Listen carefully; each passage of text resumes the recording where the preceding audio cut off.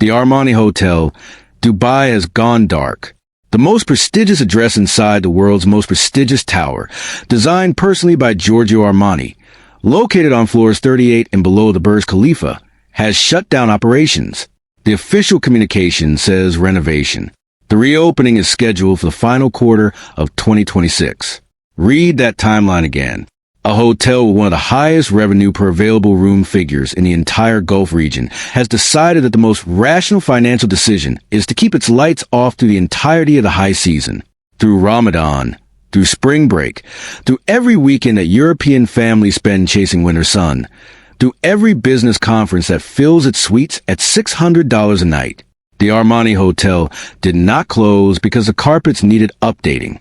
The Armani Hotel closed because the math stopped working. And the Armani is not alone.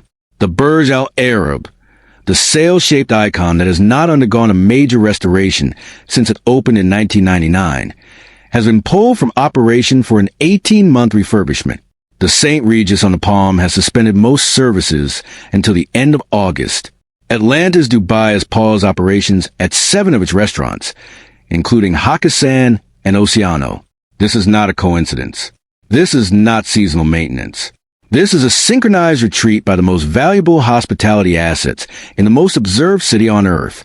The Burj Khalifa is still standing. Structurally, it is intact. But the building is not the product. The product was a dream the building was built to sell. And by every measure that matters except the structural one, that product is burning. This is a story of how the world's tallest tower lost everything that actually made it valuable, why it was always going to happen, and why the smoke is not clearing. Dubai sold a very specific dream, and it sold it brilliantly. The dream was that you could live the life of a Monaco resident at the price of a Florida condo. The dream was that you could put your money into a country where your wealth would be respected, your security guaranteed, and your skyline would never disappoint. The Burj Khalifa, completed in 2010 at a cost of $1.5 billion, rising 828 meters into the desert sky, was a physical proof of that dream. 828 meters. To put that in scale, that is more than twice the height of the Empire State Building. That is the Eiffel Tower stacked on top of the Eiffel Towers with room left over. Inside that tower lived the Armani Hotel, designed personally by Giorgio Armani. Around was built downtown Dubai, the Dubai Mall, the dancing fountains, an entire district engineered to convert tourist arrivals into receipts. In 2025, Dubai welcomed nearly 20 million international visitors. The city's main airport, Dubai International, handled over 95 million passengers, more than any other hub on the planet. Tourism accounted for roughly 13% of national gross domestic product and sustained nearly 925,000 jobs. The Burj Khalifa observation decks ran at near capacity all year round. This was not a city in trouble. This was a city that had just posted 3 consecutive record-breaking years and was on a clear trajectory toward becoming the most visited destination on Earth. And then, in the space of 48 hours at the end of February 2026, every single one of those numbers became a historical artifact. This did not start overnight. Now, let me bring you the numbers because the figures from the last several weeks are without precedent in the modern history of the city.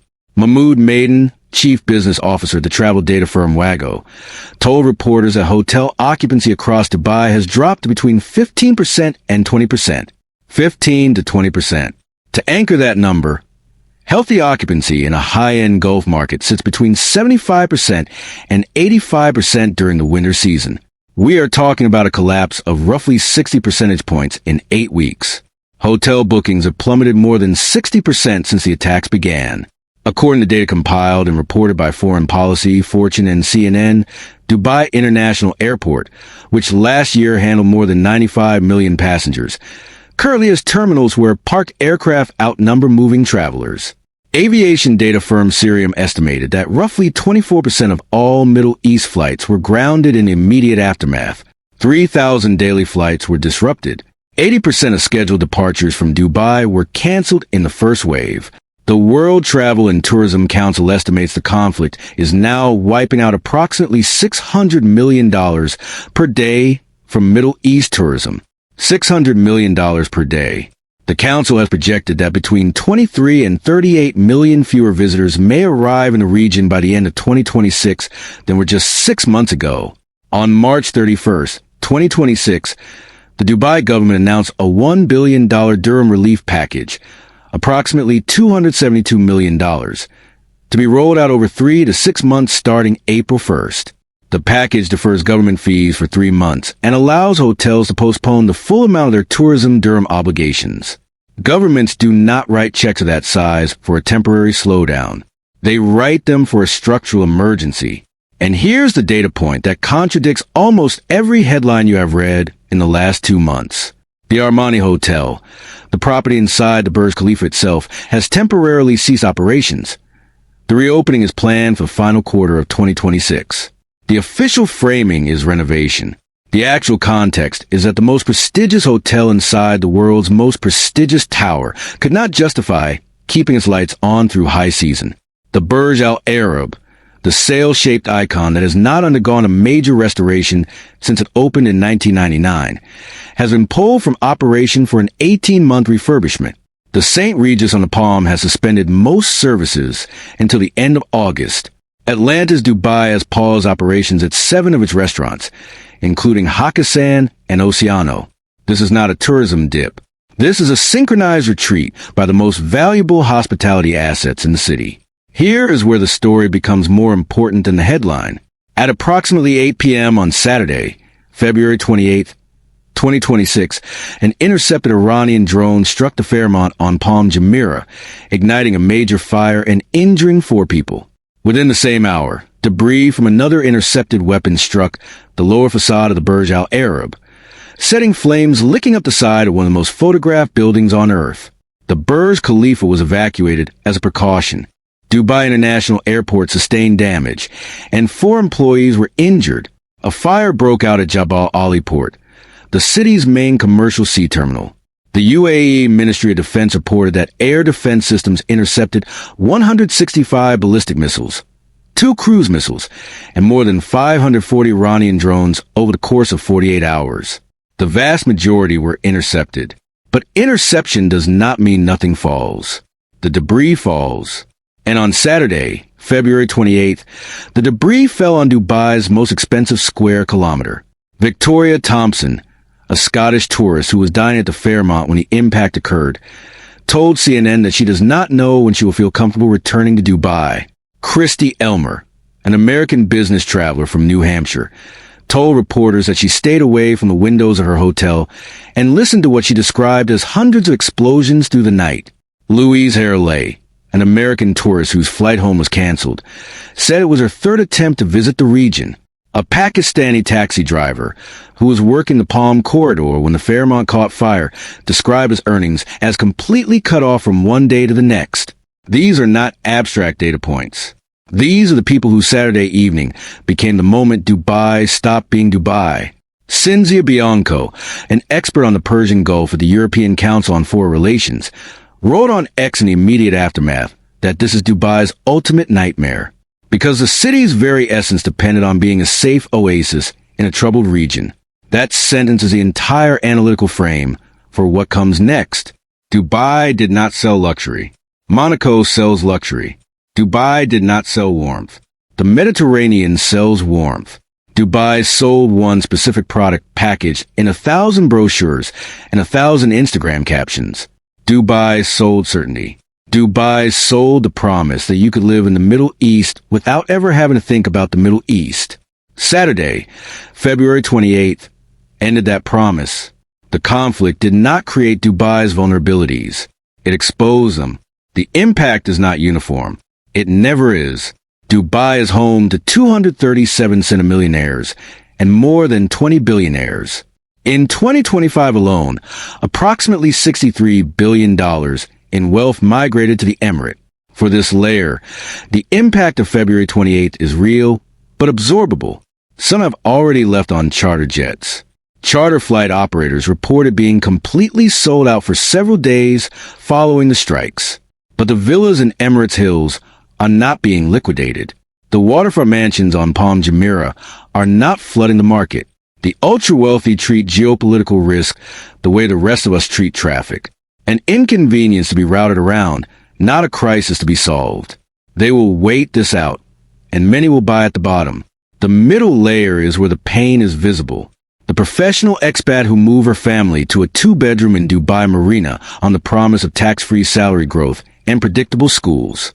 The mid-tier investor who put the savings of 2 decades into an off-plan apartment in Business Bay. The European retiree who chose the golden visa route because it sounded more secure than Spain or Portugal. This layer signed up for the certainty product. This is a layer that is now reading travel advisories from their own foreign ministries, recalculating their insurance terms, and asking whether the school year will finish normally. According to UBS, even before the February strikes, household income growth in Dubai was already failing to keep pace with property price increases. The certainty was already eroding. February just made it visible. If you want a complete breakdown of this pattern across 7 cities, it is all inside cities collapsing. The link is in the description below. Now let us keep going because the deepest layer is the one that almost never gets reported. The bottom layer is the one that makes the Dubai economic model possible, and the one that pays the highest price when the model wobbles. Dubai's 925,000 tourism-related jobs are filled overwhelmingly by migrant workers from South Asia, the Philippines, and East Africa. The taxi driver who works 14-hour shifts to send remittances to Karachi or Manila. The construction worker who builds the next tower in 45-degree heat. The hotel housekeeper who cleans the rooms that are now empty. These workers do not have golden visas. They do not have severance protections at the level of European labor law. When occupancy drops to 15%, the math of their contract becomes brutal very quickly. The dream was never a single dream. It was 3 or 4 completely different dreams sold under the same brand. And when the brand cracked, every layer cracked in its own way and at its own speed. Here is the part that the official reports will not say out loud. The vulnerability that February 28th exposed was not built on February 28th. It was engineered into the city over 15 years. The signs were everywhere for anyone who wanted to read them. The credit rating agency Fitch issued a warning in 2025 that Dubai's residential property market faces a potential price correction of up to 15% through late 2025 and 2026. The reason was not war. The reason was supply. After a 60% run-up in residential prices between 2022 and early 2025, Fitch projected that approximately 210,000 new housing units were scheduled for delivery, roughly double completion rate of the previous 3 years. UBS, in its January 2026 report, ran a stress test on a scenario in which 110,500 residential units are delivered in a single year against a 10-year average of 27,000. 27,000 is a historical average. The 2026 scenario is more than 4 times that. UBS warned that a 10% decline in selling prices combined with flat construction costs could compress Amar's development margins from 44% to 38% and Alder's from 38% to 31%. UBS also placed Dubai in its 2025 Global Real Estate Bubble Index in the company of overheated metropolitan markets. The bank warned that building permits suggest new construction could reach levels last seen in 2017, the year that amplified the previous downturn in Dubai's housing market. The bank also flagged a structural problem that has nothing to do with missiles. Saudi Arabia is opening designated zones to foreign property buyers from 2026. Riyadh and Abu Dhabi are competing harder for the offshore investment capital that Dubai assumed was permanently captured.